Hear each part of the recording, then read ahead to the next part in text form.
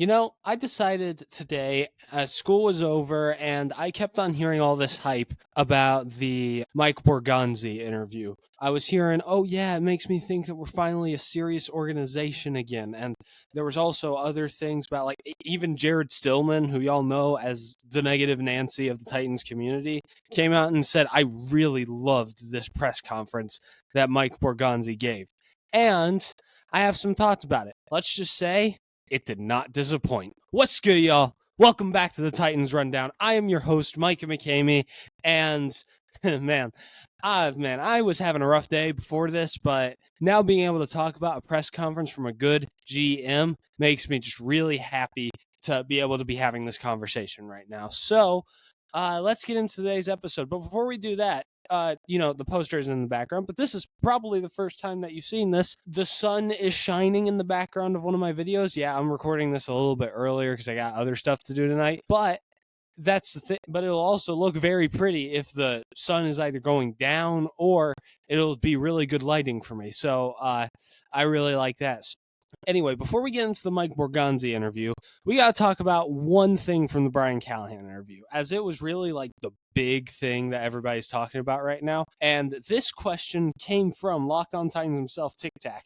And honestly, I think that we should have more content creators in that space of, like, you know, being able to talk to the media, because I feel like that content creators ask the questions that people want to hear about more than the actual people that are employed to do that, because they're scared that, like, maybe the GM or head coach will give a mean response. Oh my gosh, it's so horrible. But, like, or they feel pressure by some other part of media that they just don't want to do it because they're afraid that it might risk their job. So they pick the safest, most obvious questions ever.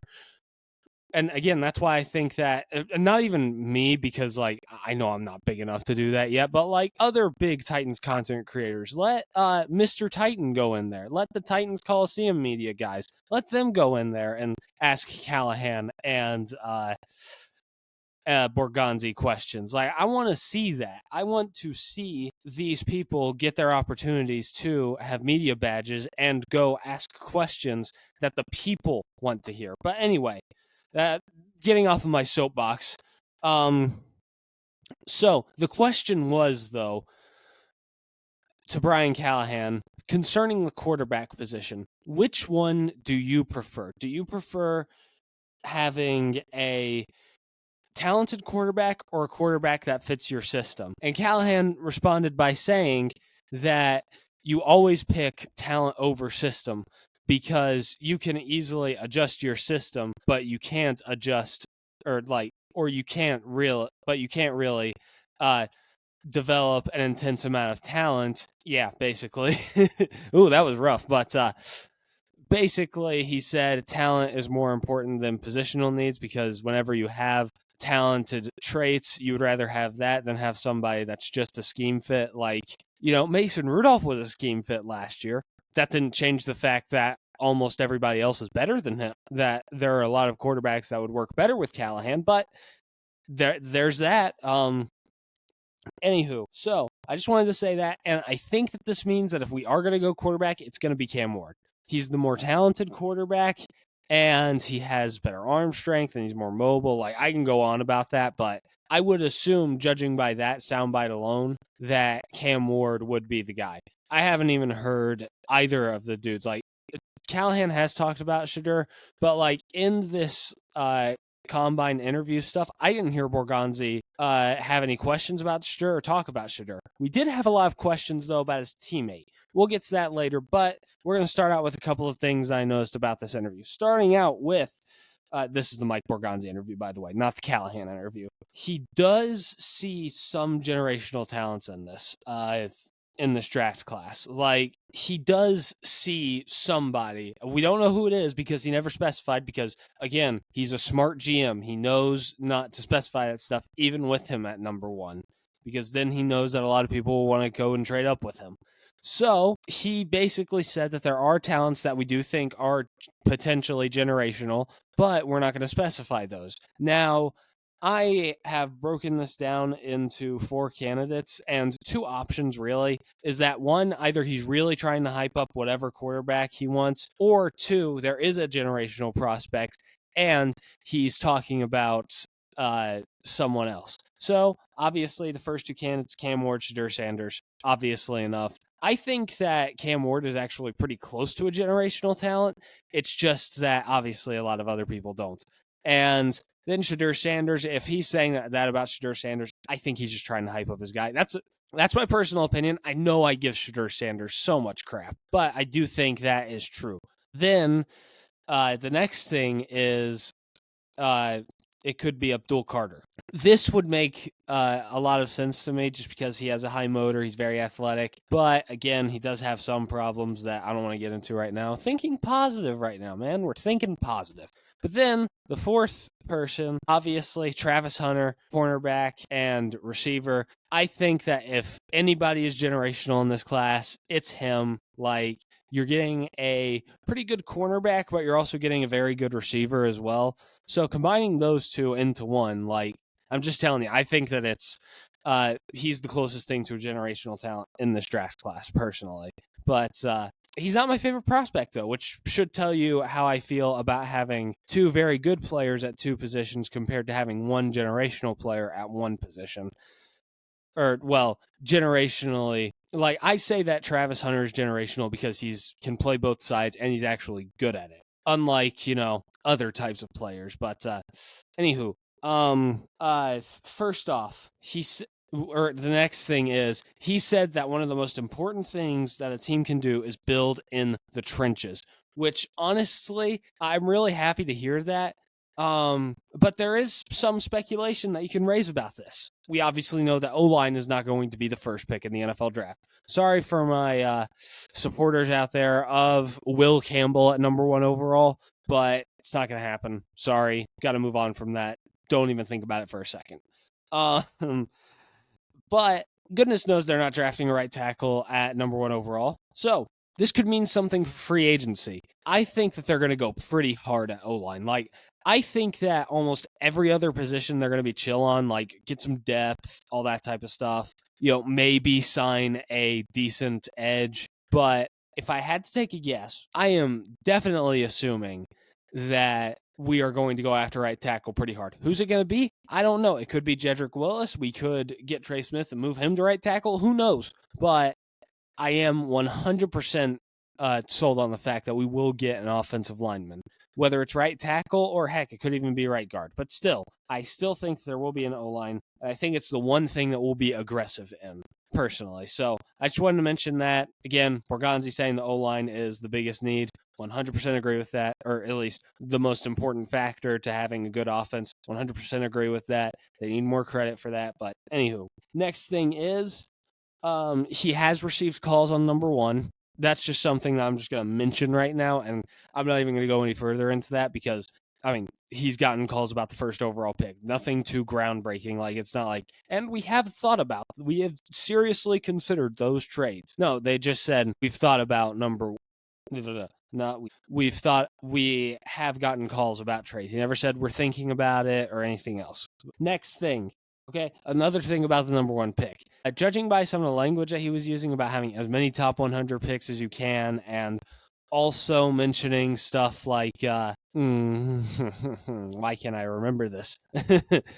But also mentioning other stuff about in other areas of the press conference, it seems like he wants a big haul at number 1 overall. Like, he wants everything he can possibly get, honestly.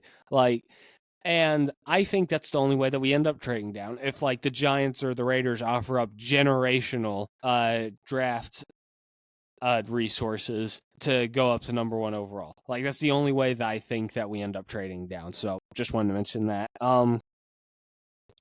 He also said that whenever he's looking at edge, he really wants somebody that is truly relentless and just kind of has a high motor, which honestly, that does describe Abdul Carter to me. Now, obviously, do I think that he's talking about Abdul Carter? I don't know. But, like, he could be talking about that kid from Marshall for all I know. or James Pierce. Like, any of those guys could 100% be who he's talking about. If I had to take a guess, if he had to go for edge, he wants Abdul Carter. Anywho, he says that he wants to fill as many holes as possible in free agency before the draft, which makes me think about this. Like, did we really? I mean, like, do we really think that sounds conservative? Like, I mean, I know that, like, he's also talked about, well, okay, I'll mention another one of my points here. He said that he really wants discipline in his front office. So, does that mean that, like, he's going to go after big players but isn't going to pay them top dollar? Or, like, what does that mean? Okay, to me, what that personally means is that he is the perfect middle ground between John Robinson, who signed nobody in free agency and gave away our best players for pennies on the dime, and Rand Carthen's aggressiveness, where he would just where he would just sign everybody, and then I don't know what would happen after that, but like he would sign as many people as he could, not really with a complete ideal end goal, and then that led to him getting fired. But that's a different discussion that we've already had on a different day. I don't know if I can put it up on the card up here, but you could probably find it somewhere on YouTube. My immediate reaction to us firing Rand Carthen. It was a dark day at the rundown house, to say the least. But anywho, but yeah, no. Again, I think that he's a great middle ground. That's what it's sounding like, at least right now, and I'm interested to see what happens in free agency. Okay. One other thing that I forgot to mention is that he's selective on how he moves back. That's what I've seen. Like, he's not saying that, like, oh, I'm going to trade back to 20 with, I don't even know who the 20th pick is, but like, it seems like that he wants to that if he's going to trade back, he wants to stay within the top 10. That's what it seemed like, at least. What's the next thing? Okay, so obviously there's been a lot of speculation and a lot of controversy around the fan base. Are the Tennessee Titans going to draft a quarterback, or are you just going to stay calm and draft sign a quarterback and then draft something else and then draft a quarterback next year like Arch Manning or something like that? What are they going to do? And obviously, there has been a lot of speculation around this, but man, it seems like that they actually want to do both. I mean, he talked about that, like, and obviously, everybody's already been like, oh, yeah, obviously, he comes from Kansas City, Alex Smith, Patrick Mahomes, that type of stuff. I could 100% see a universe where we sign like Derek Carr or Daniel Jones even. I know how disgusting that sounds, but just hear me out. Like, I could definitely see a universe where we sign some type of veteran quarterback. Jameis Winston, man, I don't want this one to happen, but Aaron Rodgers. Like, I could see us signing somebody like that and still drafting Cam Ward and letting whatever veteran QB we brought in mentor the young guy, aka Cam Ward, or Shadur Sanders, I guess. But I don't know. It was just something that I found interesting, and I think that we might actually end up doing both. And it seems like that Borgonzi has said that he's not afraid of the idea of doing both. So that's one thing. Next thing, he said a lot of good things about Travis Hunter in this. Specifically, he talked about how he thinks that Travis Hunter can do both offense and defense at the NFL level. That is absolutely huge. Like, that could change some of the ideas that we've had about the number one pick. Could he genuinely think about going Travis Hunter number one? I don't know if it's going to happen. If anything, I think that he knows that the entire fan base and even Amy Adams Strunk would be upset with him if he came in and instead of drafting, the flashy quarterback or the really good defensive lineman from a big school, and he went with Travis Hunter, who, even though he's a two-way player, like, it isn't really what people consider number one pick material. Not as in, like, he isn't number one pick material, but as in, like, he plays positions that usually do not go number one overall. And whenever they have not gone well at all. So that's something to keep in mind. Yeah, so he said a lot of good things about Travis Hunter. And he also said that we've got to improve in a lot of areas. So I compiled a list. What areas exactly are we talking about? I ranked these from, this is going to be from least needs in top 5 to most needs in top 5. Number 3, I'm going to sound, I'm just going to go full all in with the skit right here. Top 5 biggest needs for the Tennessee Titans on their roster. Number 3 will shock you. I can't believe I did that, but here we go. Number 5, wide receiver. Number 5 is safety. You got a spoiler for number 4. So here's the thing. This is one that I think is pretty low key and not that many people are talking about. But let's take a look at this. Amani Hooker, really good safety. Obviously, he was one of the only consistent parts of our secondary last year.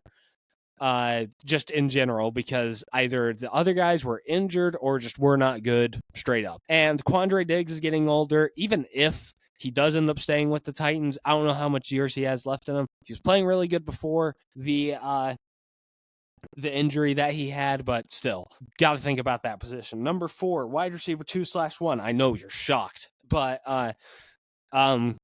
here's the thing, right? Calvin Ridley is a very good receiver, but he's not going to be good enough to carry this entire receiver core by itself. And NWI, as much as I love him, he's really just kind of a gadget guy that will come in every now and again and score a touchdown for you. He's all reliable, but he's not a Lamborghini. He is a Chevy. He's reliable, but he's not going to do anything too incredible. Again, that's not meant to be slander to NWI, my one true love of the Tennessee Titans, but still, that's something to consider. And either you got to find somebody that's better than Calvin Ridley or just slightly worse than Calvin Ridley. That's how I feel. I think that we'll probably wait one more year on this. I could 100% see us going to get T. Higgins this next offseason whenever he finally cannot be franchise tagged anymore, and we can actually go after him. And I'm sure that cap space will be at least a little bit up by then. So that's something to talk about. But okay, number 3. This is the one that was going to shock you. Quarterback. Yes, quarterback is at number 3. Because here's my thing, right? I don't love Will Levis. I think that should have been made obvious enough by how I was very obviously back in the day, way back to episode 1. I was trying to cover up my true emotions about Will Levis at the time whenever we did draft him, and also how I talked about him during the 2024 season. I think it should have been obvious enough how I feel about this dude. But that being said, he still has potential to be a decent enough quarterback. I know, grab your pitchforks, grab your knives, whatever. But if we were to keep him, it would be probably one of the scenarios that I wouldn't be as mad at as a lot of people would be. Don't get me wrong, I'd still be upset and underwhelmed, honestly, that we would have to watch one more year of him. But there is a chance that, he could end up being something. Do I think he will be? I don't know about that, Chief, but I do see a universe where he does at least become something. But again, that doesn't mean that Will Levis is obviously proven and that they deserve to be off of this list, the quarterback room. So that's why the quarterback room is here. Number 2, edge. Okay, you obviously know what the top 2 are, and you know what number 1 is by now. But still, edge, obviously a big need. Because here's the thing. Will Levis at least has potential to be something, but come on. Arden Key, really undisciplined in the pass rush, and he's not getting any younger. He's not going to develop as much anymore, from what you can tell at least. This is his 3rd team. He's more of just a veteran guy that'll be a good rotational piece at best, and at worst, cut material. So, I don't see a future with Arden Key at edge as much as I love him, but we're going to need another defensive lineman. I know there are a lot of people that are just if you think Harold Landry still fits in the picture, then, you need to start questioning yourself. But here's the thing. What people forget is that Harold Landry is not good whenever he doesn't have another edge rusher with him. Whenever he is edge rusher 2 and the dude beside him is way better than he is very, very good, because guess what? That dude generates pressure, which leads to Harold Landry getting his classic cleanup sacks. That's why he was really good whenever Danico Autry was around. I mean, I know that you probably already knew that, but in case nobody else really was, in case nobody else knew what that meant, there you go. But again, I think that if we got just one more good edge, I think our D-line would be nasty. But anyway, number one, obviously, right tackle, NPF, Leroy Watson. None of those guys are going to get it done. So instead of going and running it back with NPF and Jalen Duncan and, again, Leroy Watson, how about we just instead go ahead and, I don't know,